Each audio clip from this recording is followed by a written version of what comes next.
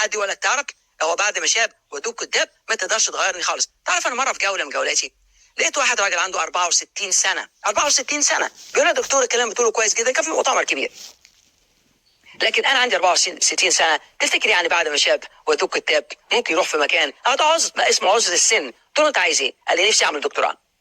قلت له دكتوراه هتاخد كام سنه؟ قال لي 4 سنين. قلت له كمان سنه، كمان 4 سنين هيكون عندك كام سنه؟ قال لي 68. ولما تعمل دكتوراه عندك كام سنه؟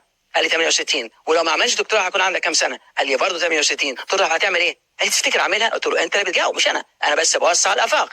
قرر وراح وسافر وعملها، وفي جولاتنا ومع السنين والوقت عدى بسرعه رجع تاني وفي وسط مؤتمر طلع في وسط الناس قال لهم عمرك في حياتك ما تسيب حلمك، انا عملت دكتوراه. ادي ادراك ان عنده قدرات لا محدوده، ولكن كان مضيع هذه القدره في العذر اسمه عذر السن. فكل واحد فينا يختار العذر كده ويستخبى وراه. واحد يقول لك العذر ممكن يكون المجتمع، واحد يكون العذر تكون الصحه.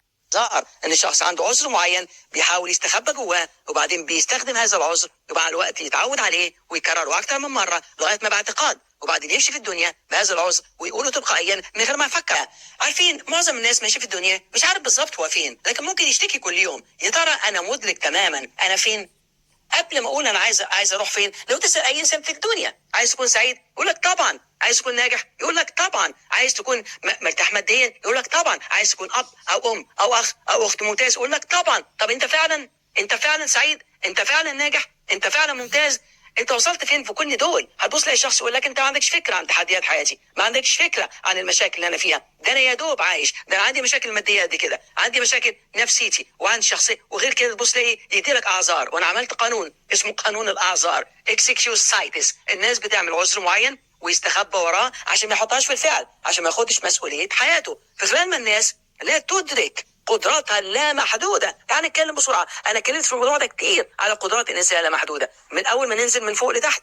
قدراتك العقل البشري ده الكلام ده قالوه من 20 سنه، في 150 مليار خليه عقليه. عارف يعني ايه؟ عشان تقعد تكتبه بعد 5000 سنه. يعني انت واجيالك واجيالك واجيالك هنمشي ولسه ما عرفناش قدرات العقل ده اللي احنا نعرفه دلوقتي. فتبص تلاقي بدل ما تضيع وقتك انك تاخد مسؤوليه حياتك ده اختيار، وانك ما تاخدش مسؤوليه حياتك ده برضه اختيار. انك تقعد او تقف او تنام او تتعصب او تغضب او تحب ولا لا، او تكون متسامح ولا لا، او تكون بتدي ولا لا، كلها اختياراتنا. فالاختيار بتاع امبارح وصلك النهارده، واختيار النهارده هيوصلك بكره. علشان كده مهم جدا تختار الصح. ايه الصح؟